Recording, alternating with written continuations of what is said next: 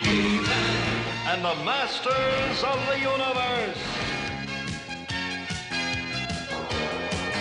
In 1983, children of the world were introduced to a new fantasy hero in Filmation's He-Man and the Masters of the Universe. He-Man and his friends on the mystical world of Eternia defended the greater good and the honor of Castle Grayskull against the forces of the evil Skeletor and his minions.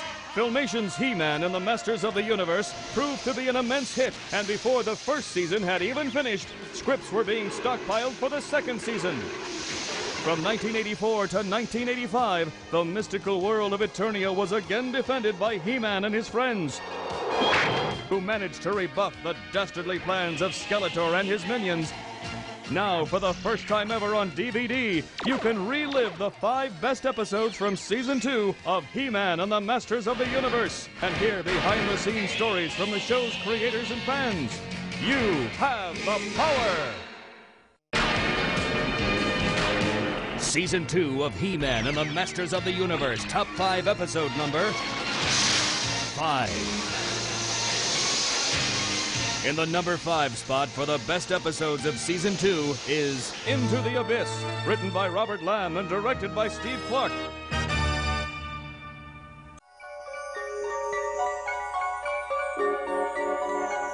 Into the Abyss was the 83rd produced episode of He-Man and the Masters of the Universe. Tension flares between Prince Adam and Teela in this episode, but the undaunted warrior girl takes Adam on a hide-and-seek training mission. Give up, Beastman, you've lost. Never. Unfortunately, when Teela tumbles over a cliff and into the abyss, only He-Man, Man-at-Arms, and Orko can save her. I wrote out an outline just for what became Into the Abyss.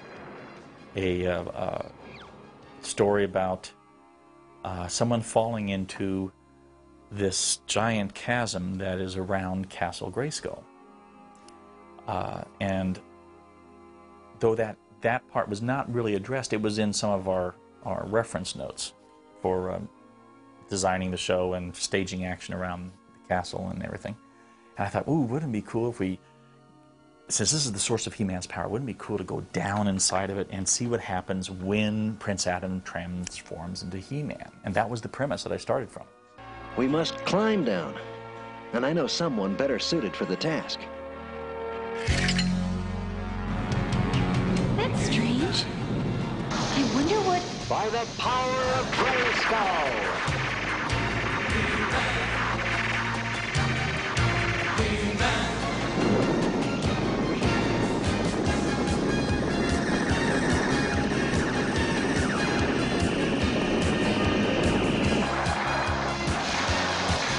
I also wanted to bring back explore some elements of Prince Adam's character, which had largely been forgotten. He was supposed to be this kind of lazy playboy,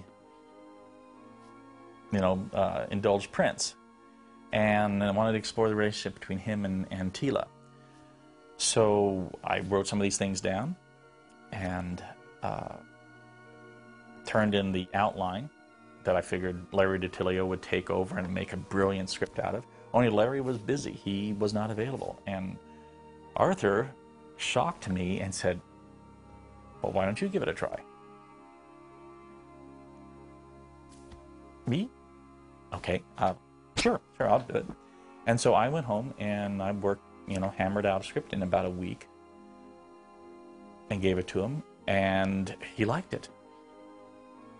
And Into the Abyss became a show. And he says, you got any more? And I said, sure.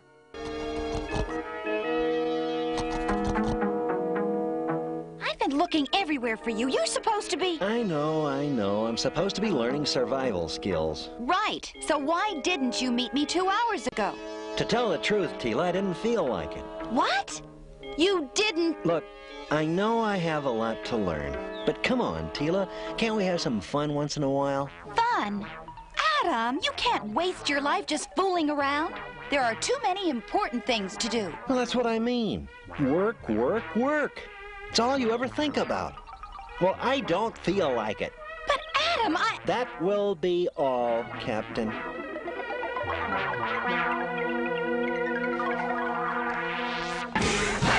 As far as favorite characters go, I liked Orko.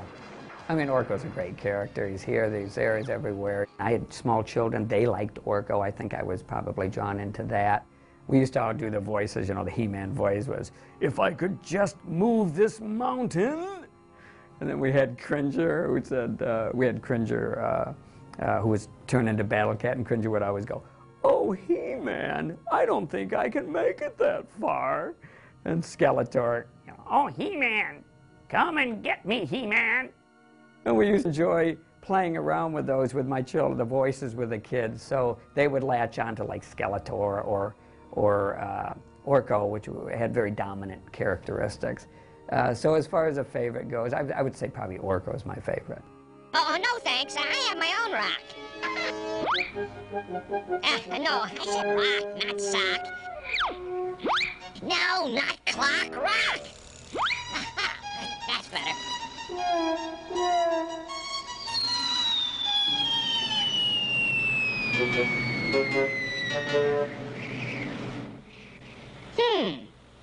Not a sound. Guess that makes it pretty bottomless. Hey, wait for me! E-Man! Teela! This comes from the episode Into the Abyss. This is based on a stock sequence of Man-at-Arms and Teela hugging. It's on several layers. Man-at-Arms' mouth was the only thing at this point that was moving in the scene that this was taken from here. One thing that's funny about this is, because his mouth is taken off, one of the things that the animators did was make a little joke here where it says, "Uh-oh, Dad, don't you think you've shaved too much off?" Because he has no mouth. I think just to entertain themselves and keep it somewhat lively. Oh, Father, I thought I'd never see you again. Everything's going to be all right now. You know, Adam is very worried about you, Teela. Let's go home. Season 2 of He-Man and the Masters of the Universe, Top 5 episode number 4. Next, the episode voted 4th best of Season 2, Teela's Triumph, written by Joseph Botsford and directed by Gwen Wetzler. Teela's Triumph was the 108th produced episode of He-Man and the Masters of the Universe. Okay, Adam. Teela must become the guardian of Castle Grayskull, even as the villains attack. Come back here. We're not finished. I'm finished.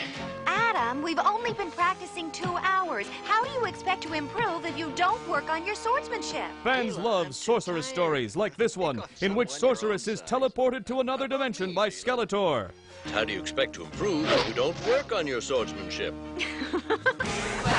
My favorite female character obviously was Teela. I think I related to her. I think we were maybe not the exact same age, but I did relate to that, and I related to the point that she wanted to do more, and was society holding her back, or she was supposed to be wearing, proper shoes and proper underwear, whatever it is that one wears when they're a woman. I'm not the sorceress. You may not be the sorceress, Teela, but no one can ever say that you don't always try your best. That's why we're all counting on you. Everyone's depending on me. Well, Teela, let's give it a go. The Sorceress was also another favorite of mine to work with, just because she was magic, and she could literally do anything. Theoretically, the Sorceress was the most powerful character on He-Man, bar even He-Man and Skeletor, because she really could literally do anything. We did not really get to go into great depth on what the Sorceress was all about. But I always liked her as a character. I liked the way she was played, and I liked her air of mystery and her shape-shifting. Shape-shifting, kids love shape-shifting. So I always loved her turning into Zor, the Falcon. Thank you, He-Man. Don't thank me yet. I don't think I can get us back to Eternia. No, but together we may be able to. Unsheath your sword.